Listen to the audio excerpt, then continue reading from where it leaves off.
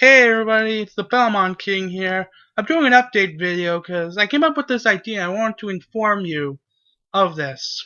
I'm going to be doing a Pokemon 100% run in, obviously, Pokemon. And I'm naming it the Belmont Chronicles.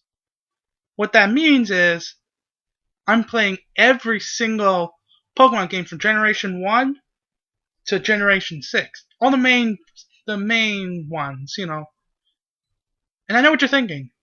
All of them? Does that include red and blue, gold and silver? Yes. I'm playing through every single one, getting all the Pokemon that I can in that game, and getting every single item, hidden or out in the open. Now, I know what you're thinking. Oh man, that's gonna get really boring. Really fast. Well, I came up with a solution. Talking with my brother, of course. He came up with the idea of playing every single Pokemon game with a cohesive story. Now, I'm not going to spoil the cohesive story to you. You're going to have to watch that in the playthrough. But what it basically is that what I'm doing is I'm doing two challenge runs. This is not my brother may not agree with this, but that's what I'm doing on my channel. I'm doing two different runs. With red, I'm going to just do the generation ones as an example. With red and blue version, I'm doing two different kind of challenge runs that I came up with myself. The first one is called the Belmont % run. What that means is, in Castlevania, at least the Metroidvania versions, in order to get 100%, you need to go through the map. Well, the map is kind of hard. You need to find all the hidden kinks. Well, that's exactly what you have to do. In Pokemon, you have to catch every single Pokemon in that version, and every single item. Now, that may be questionable, but the thing is, in that version, there are exclusive Pokemon.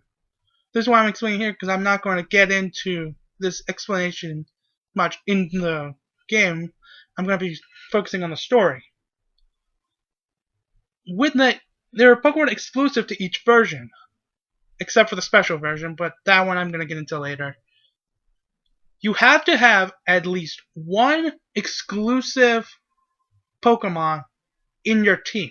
And it has to stay there. It can't be like your HM slave or whatnot. It has to be an active party member. You can evolve it, you can keep it. That's up to you. I'm just going to go through like it is. Now, the other one I'm going to do is the Belmont King run, obviously named after myself, where it's basically the Belmont % run, but it's a Nuzlocke. What Nuzlocke means is, in Pokemon, your Pokemon faint. Well, in a Nuzlocke run, for all those who don't understand, that Pokemon is now dead. And you have to release it, no matter how much experience you gave it, no matter how much love you gave it, you have to release it, as if it died. Now, that one, you have to have an exclusive Pokemon. It has to be the first one you find. You can change it up after you find another exclusive Pokemon, but that's it. You have to keep that exclusive one in there.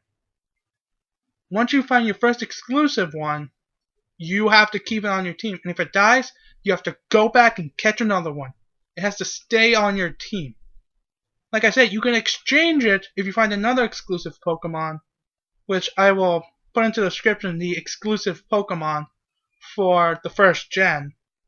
Once I get to the other gens, I'll put the exclusive ones at the beginning of their ones as well.